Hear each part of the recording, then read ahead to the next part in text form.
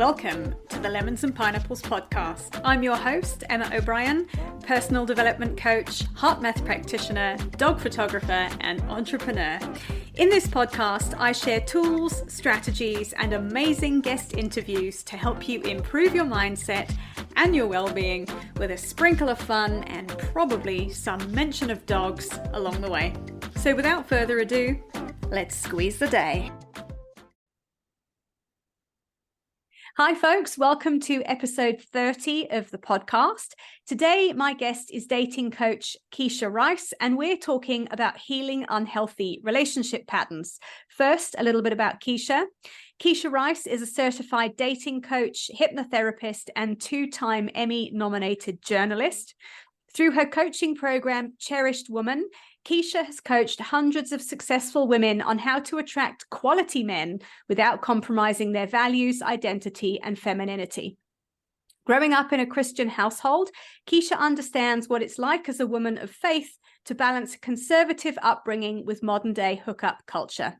Keshia is also the host of the podcast Confidently Cherished, where she chats about everything from how to build confidence and attract your ideal partner to how to heal from past relationships and set boundaries that feel good. Welcome to the podcast, Keshia. Thank you for having me. I'm so excited.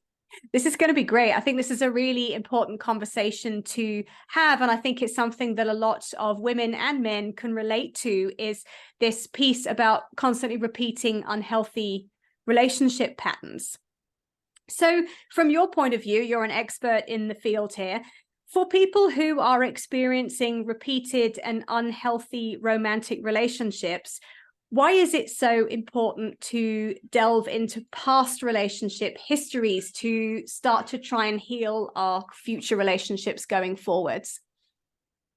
So you mentioned that in addition to being a coach, I'm a hypnotherapist, and I am fascinated with how the brain works. And that is one of the things about our brain, is that in an attempt to keep us safe, our brain will always gravitate towards what is familiar. So when we look at our relationships, oftentimes it is when we start looking at our romantic relationships, we start understanding the patterns in other relationships. I always tell my clients, all relationships are related.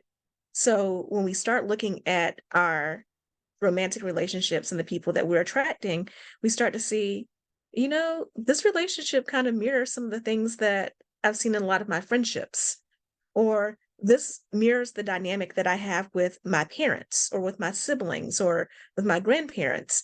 And it is so important that we understand those past relationships, because then we start to see, okay, I'm attracted to this person because this is so familiar. And I know how to deal with this. Even if it's not healthy, I know how to deal with it, right? Yeah. And so we start getting into these patterns of being attracted to what we know. And once we recognize that, when we get into relationships and we feel the butterflies, I tell my clients sometimes, maybe those butterflies are roaches, right? You're feeling this way and you're having this giddiness and excitement, not because this person is good for you, but because this person is very familiar. And that is not always a good thing. Yeah, it's so interesting that you talk about this, because I can remember in my own pattern of dating, when I was single and I was online dating and I was meeting a lot of similar guys that were emotionally unavailable, and they would treat me, like, I'd just have a booty call from them of, hey, do you want to come over? And I'd say, well, no, actually, I can't come over to you. Why don't you come to me? And I'd get, oh, no, can't do that. And you think, hang on a minute. And it was interesting to me. I had repeated relationships, sort of dating men who were emotionally unavailable and treated me like, I was disposable. And after I'd kind of processed through, what's wrong with me? Why does this keep happening? I suddenly realized the common denominator in all of this is me. There is something I am putting out, something I am doing, something I am allowing, and I'm projecting, that is bringing these people who are repeating the same patterns into me. And it was after doing a bit of work on myself and then shifting into being realistic about what it is I expected from a relationship. And when I changed that and I changed the way I treated myself, I attracted a really fantastic guy in. Yeah, and you specifically mentioned dating men who were looking for, a quick hookup, these very transactional relationships. And I would venture to guess that you probably had some early relationships with family or with friends where there was always the seeking of quick validation.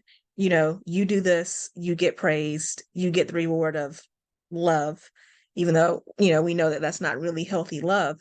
But when we get used to this, like, okay, I do this, I get this, I give this, I get this, we end up in those types of relationships as adults where we keep attracting people who are like, okay, well, if you want me to like you, if you want this to continue, if you want to spend time together, then we have to do this. Yeah. Yeah, and I think what you say is so important as well about this piece of it feels safe and familiar to us. So we know how to deal with a transactional relationship. We know how to deal with being picked up and put down by a man. And even though it's horrible, we know how to function in that space. I mean, it's totally dysfunctional, but we stay there. So when you're coaching people, what are the steps you guide a person through to start to identify these patterns and ultimately break them? Because I think you talk about the butterflies. I'm thinking about an episode of Sex and the City where they were talking about the butterflies, and one of them says, actually, it's the drama that you're attracted. This isn't butterflies. This is emotional unavailability that's happening here for you. So tell me a bit more about your process of coaching people through this. Right. So when I'm working with women, I really start to ask those questions like, okay, how does this feel familiar to you? Think about the way your parents treated you. And I'm always very intentional about telling my clients this is not a bash your parents session. Like, we recognize that our parents are not perfect people. They did the best they could with what they had, right? But, whoever your parents or whoever raised you, what were those relationships like? What did it feel like to you to receive love from them? And then as we go through the other relationships too, what did your community teach you? And community can mean so many different things. You mentioned in your intro of me that, I grew up as a preacher's kid. So church was a very big thing. And as an adult, I've had this whole process of deconstructing and, going through what I still believe and what I don't believe. And as part of that, they were like, okay, there were some things that were like said in my church growing up that were not healthy, and I have to process that because I was taught this as a child, and I was taught that this is how I should think and feel and believe. And now as an adult, I don't resonate with that. But other communities, your school, what did your teachers say? If your family was involved in groups like, say, Jack and Jill or social clubs or things like that, what did you learn from those groups? So first is recognizing that. And then after going through that, it is understanding, okay, when do I feel safest? When do I feel most loved? And sometimes, oftentimes with my clients, they'll realize, okay, something that made me feel safe is not really healthy. I had a client who said that she her father growing up was very big on giving her gifts, which so was mine. And she was like, yeah, that's when I felt the best. When he came home with some big present, I knew I'd done something right. And back to transactional relationships, she was ended up in a lot of relationships like that for that reason. So, understanding where these feelings came from, and then also after we go through that, then it's a matter of, okay, how do I want to feel? And how do I make those shifts into, I know I'll feel loved when this. I know I'll feel love when this person actually takes the time to really communicate with me instead of just brushing off issues, for example. And then how do I track those relationships?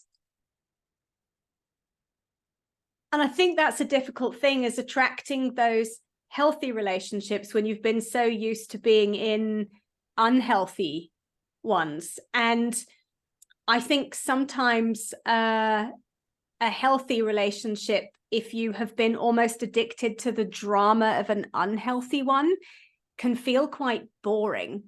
And I wonder how many people jump out of a healthy relationship for that reason.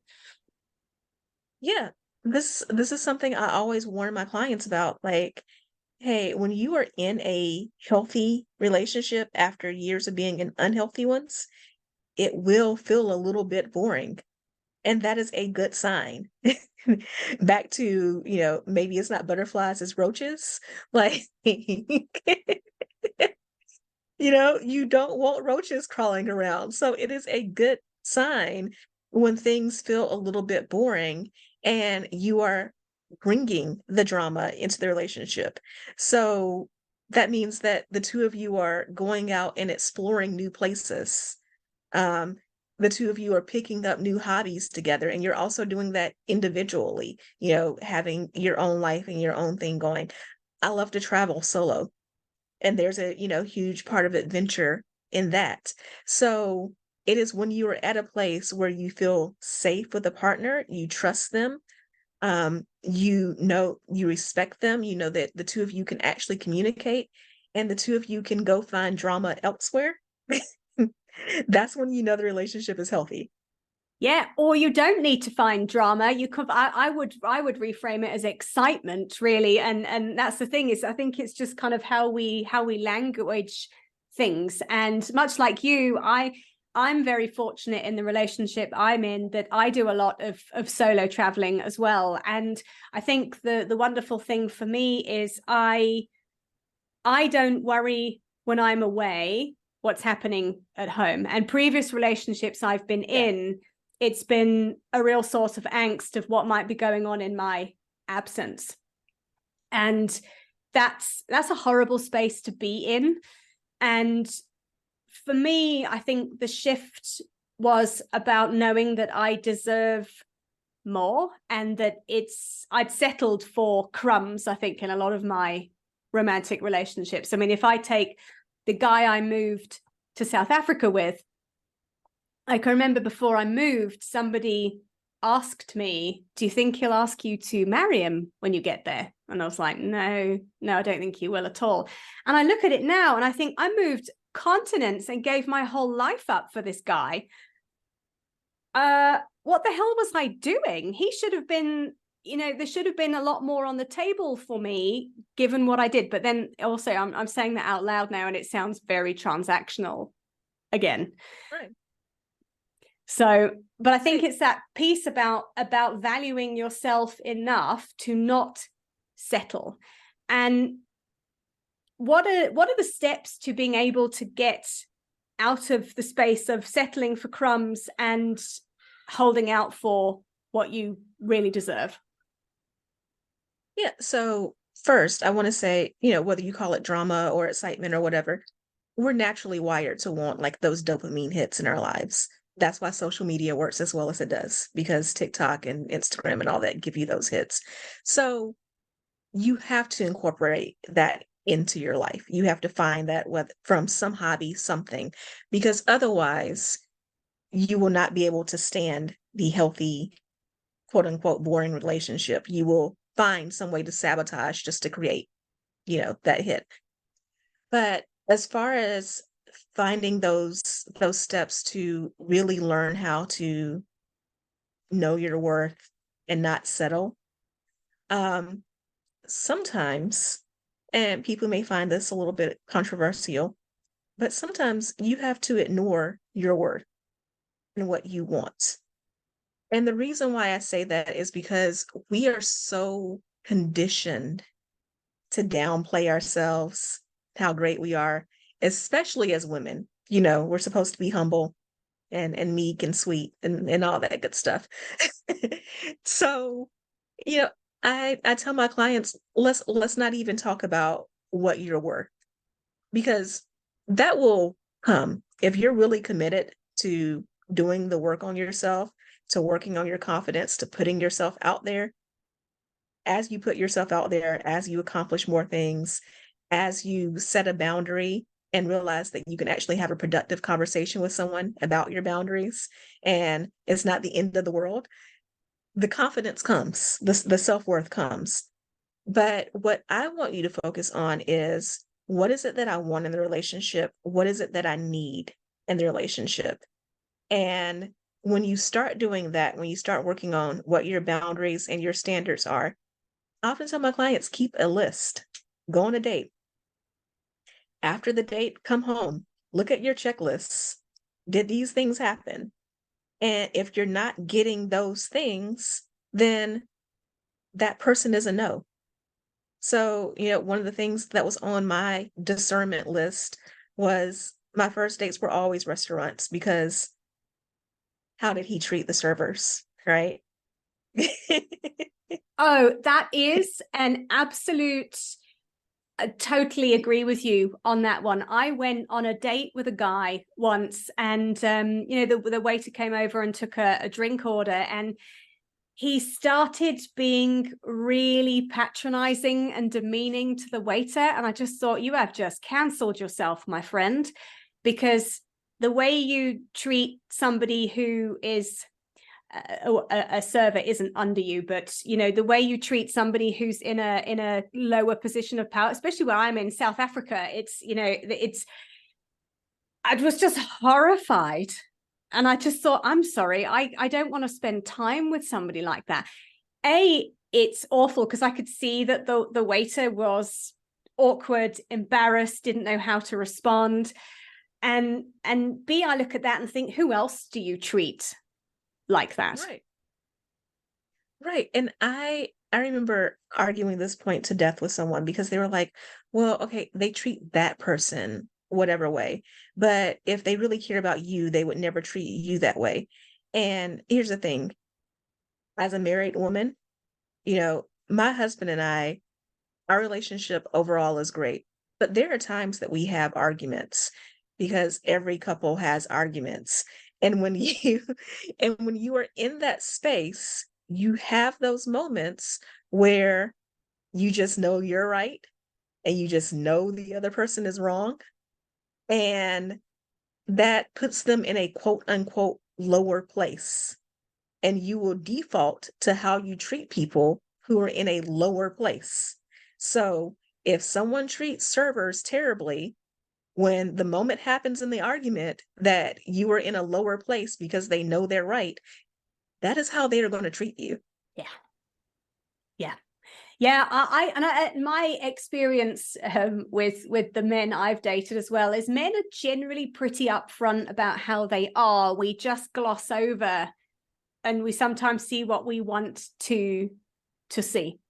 Because I think, if I think back to the men, the emotionally unavailable men I dated, they told me they were emotionally unavailable. I had one conversation with one guy who said to me, if you're looking for a husband, I'm not that person. And he was totally upfront with me. And yet I continued, because I thought, ooh, maybe it'll change. And it took me having to have a word with myself and just get real here. Stop thinking that the next person you date is it, and it would be terrible being on your own. And it was ironically the point at which I became very comfortable being on my own that I met the fabulous engineer. It's so funny to me. I mean, it's just the irony of it is brilliant. Yeah, I mean, two things about that. One, I've always said that you don't ever want to be in a position of needing a partner. You want to be in a position of desiring a partner, right? So when you desire something, you want someone who adds to your life, but you know that you are fine, that, life will go on if this person, if things don't work out with this person. But also, this is why, back to that whole idea of not being obsessed with what you're worthy of, but focusing on, what is it that I want, and need. This is why I am so big on having that list Yeah. and journaling so that you can write down, after you go on a date with someone, write down, okay, were there any red flags that are like, okay, this is an immediate cutoff. I don't need to talk to this person anymore, point blank, period. Were there green flags? Like, okay, I need to get to know this person more. Were there yellow flags? Like, that wasn't that great, but maybe he was just nervous. Like, I'm going to keep an eye on this. The next time we go out, I'm going to see if like I see that again. But when you have that to look back on, and you can see plainly in front of your eyes, it makes things so much easier. An example I can give, I just did a social media post on this. I was in a relationship with a guy, and I broke up with him because he kept texting me at 8:05 p.m. The problem Okay. with that was I worked an overnight shift. And when we first got together, I told him, hey, I have to be in bed early. Please don't call me after 8 p.m. And he was like, okay, get it, no problem. And he started texting me right after 8, like 8:05. And it would always be, oh, hey, I know you said don't call you after 8, but I thought I'd just check to see if like maybe you were still up and you wanted to talk or whatever. He was testing that boundary. Like technically, he didn't violate the boundary because it wasn't a phone call, it was a text, but he was testing it. And if in fact I was still awake and I was like, well, I can't sleep anyways, I'll just talk to him for a few minutes, then he would the next few nights call after 8. And this was someone who was trying to see what he could get away with. Mm. And it was when I really started like sitting down and being like, huh, he really is testing me. And this is just the start. Like if I let this boundary go, then more and more boundaries is going to be like, let me see if I can get away with this. Let me see if I can get away with that. So, oftentimes we have to balance our, feminine energy is all about discernment and, flow and everything. We have to balance that discernment and how we feel with also, the more masculine energy of logic and everything. This is where putting things down on paper and journaling comes in. Yeah, I think journaling is such a powerful tool in so many aspects of life. But I think, again, with dating, it's great advice that you're sharing of get clear in your own mind what it is you desire from a relationship. I like that differential that you've made there, rather than needing somebody, because I think neediness is a very unattractive energy. I have been very guilty of putting that out. I think that's probably why I ended up attracting a load of emotionally unavailable men who treated me like trash. Is making that list of what is it I want from a relationship? What is it I want from a partner? What is it I bring to a relationship?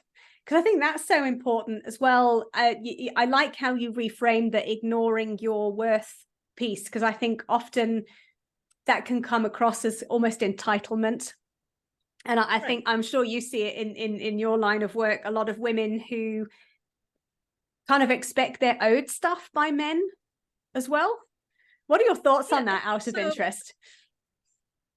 Well, it's funny because there's this balance, because I will see women swing from I'm not worthy of anything, I deserve to be treated like crap, to I am the greatest thing ever, and if a man doesn't completely bow to me, like and there's this balance, which, that also comes into play when you talk about boundaries. I always tell my clients that boundaries are about you, and it is about what is required in order for you to be the best mother, daughter, wife, girlfriend, friend, whatever. So boundaries are not a selfish thing. So when I set a boundary of that previous example, don't call me after 8 p.m. Yes, I am doing that for myself because I need a good night's rest, but I'm also doing that for the person that I'm dating because I want to be present in the conversation. I don't want to be sleepy. I don't want to be staring at the clock like, oh my goodness, he keeps talking and I need to get my behind to bed, right? I want to be engaged and interested. So that boundary is good for both of us. 100%. And I'm curious as to what strategies you can share in terms of setting healthy boundaries, because often setting a boundary can feel quite confrontational and quite threatening for people, because I think when, especially as women, and I speak from my own experience as well, is I have found it hard to ask for what I want without coming across as bossy or needy. It's something I have found very challenging. So I'd love some professional dating coach advice on how we can go about kindly and respectfully of both ourselves and our partners setting good boundaries. Yeah. So first, there was a quote from, I believe this, Ayanna Van Zant, and she says, I don't get to choose how people love me. I get to observe how people love and see if I want to participate. So starting from that place of it is not personal. Some people can love us the way in which we want and need to be loved. Some people can't. And if a person can't, they can't, move on. But after we start doing that, we look at, again, what is it that we require in order to be the best in this relationship? So any relationship, what is it that's required so that I can be the best employee to my boss? So that I can be the best girlfriend to my boyfriend, best wife to my husband, whatever. And start thinking about, okay, what are the instances in which I am not that great of a person to be around? So Yeah. again, if I don't get proper sleep, I'm not a good person. So I have to have boundaries around what time people can call me after. Mm-hmm. I have to have boundaries around, if I decide I'm going to take a nap during the day and I put my phone on silent, I can't deal with the person who's going to blow up my phone because God forbid I didn't answer their text message in 10 minutes, right? Yeah.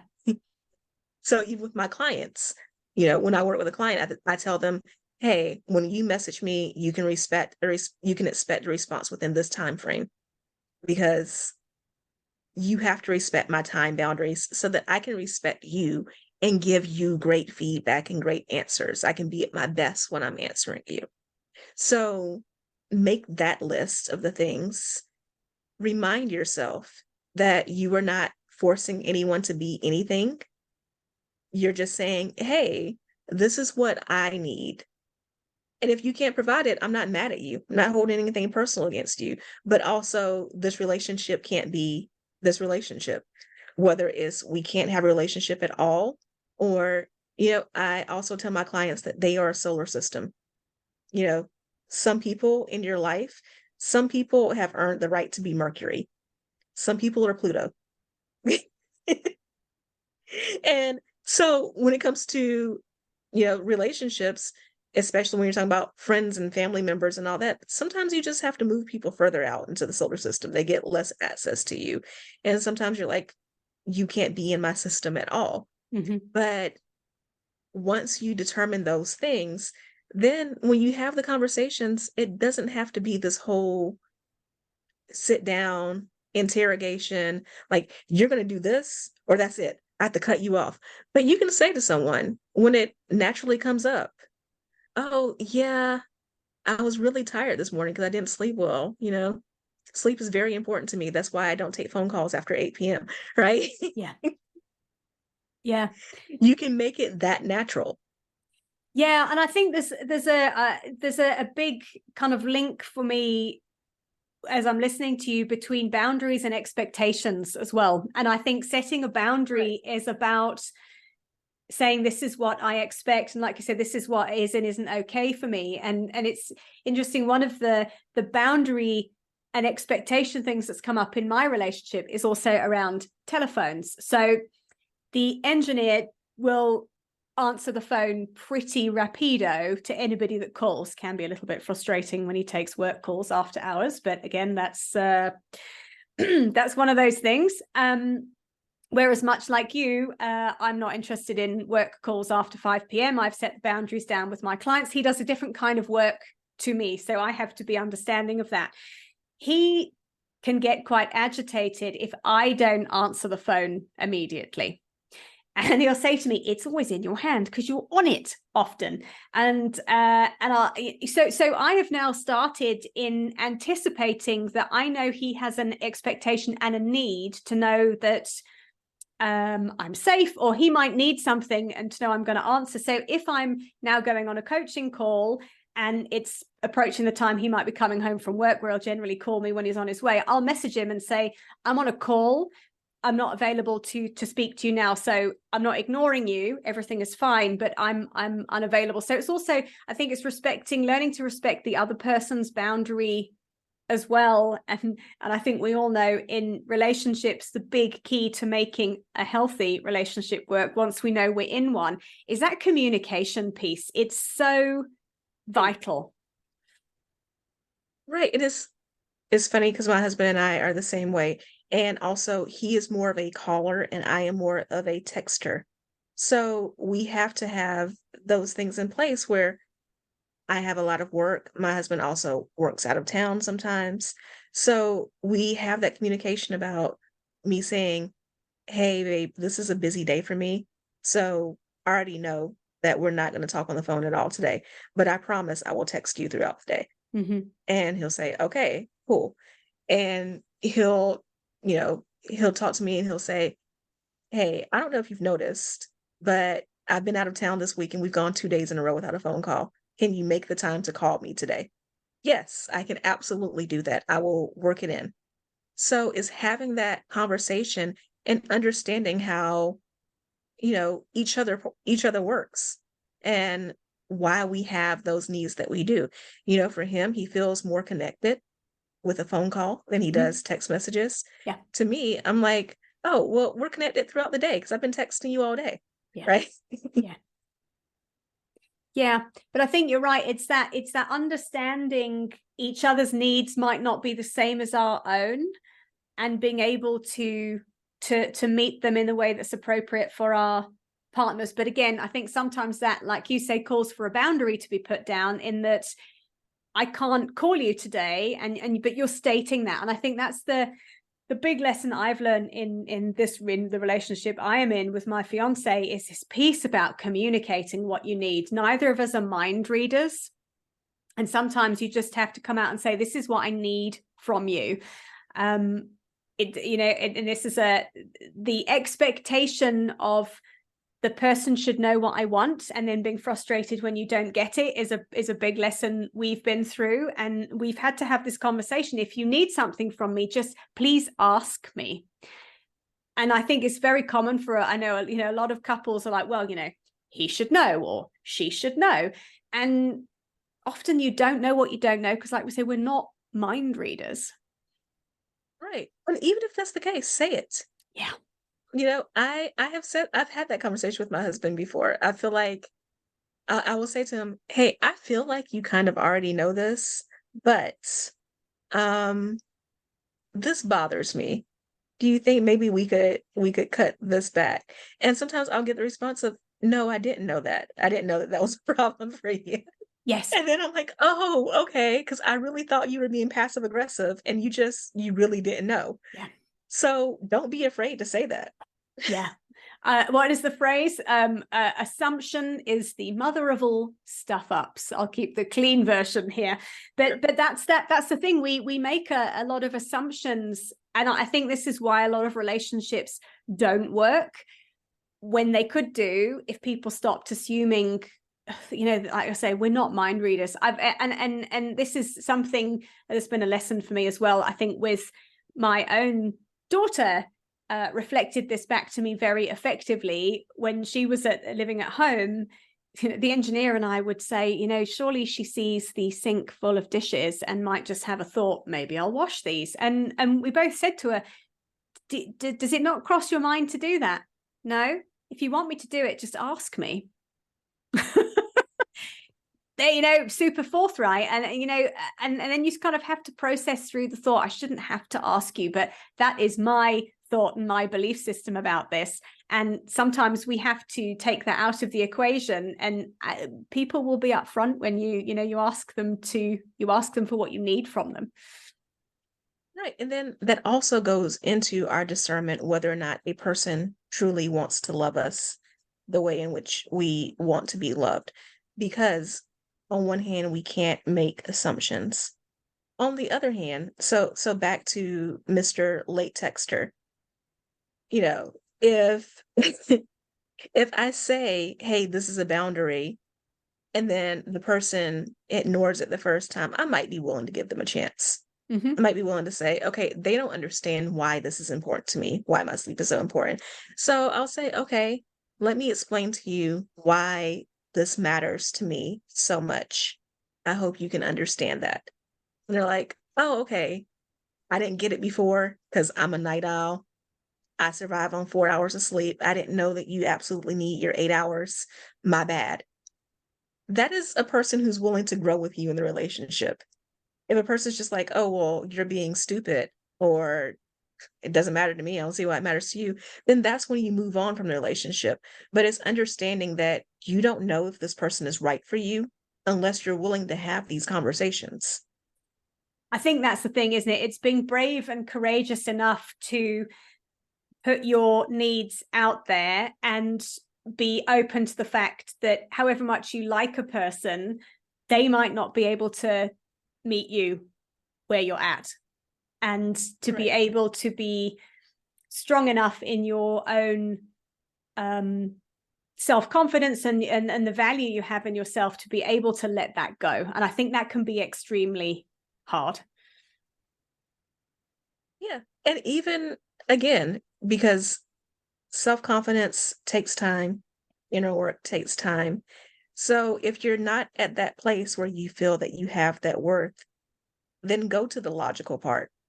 Hey, if this person keeps stomping all over my boundaries and I stay in this relationship, eventually I'm going to build up resentment and I'm going to be a total, we'll keep it clean, witch with a capital B to this person.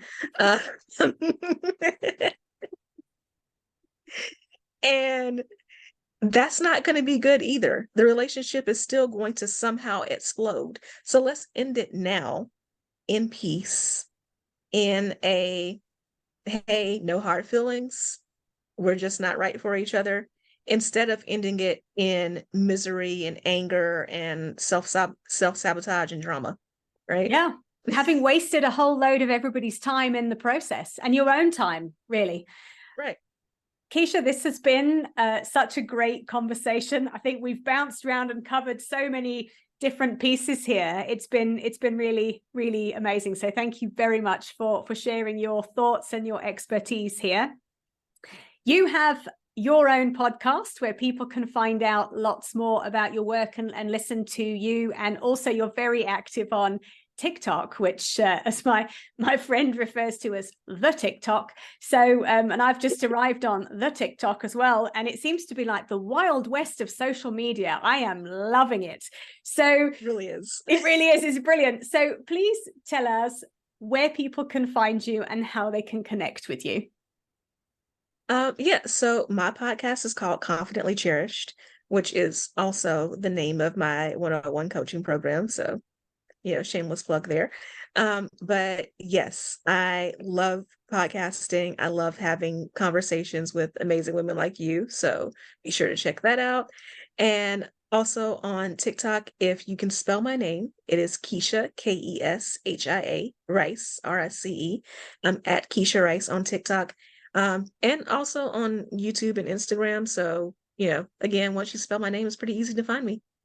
Brilliant. I'm going to put your links into the show notes so folks can find you on your podcast and on your social channels and connect with you there and find out more about the work you're doing. I think this is so important, is helping us to cultivate healthy relationships, helping us to stand in our own confidence and self-worth. It's such valuable stuff. So thank you again for joining me today. Thank you for having me. Thank you for listening, folks. I really hope you've enjoyed this episode as much as I've enjoyed recording it. I will see you next time. Bye for now. Thank you for listening to today's episode. If you've enjoyed it, please share with your friends and be sure to leave me a 5-star rating and review, especially if you're listening on Apple Podcasts. To find out more about my one-on-one coaching, please visit my website, which is emmaobriencoach.com. And remember, folks, when life gives you lemons, you can always choose another fruit. See you next time.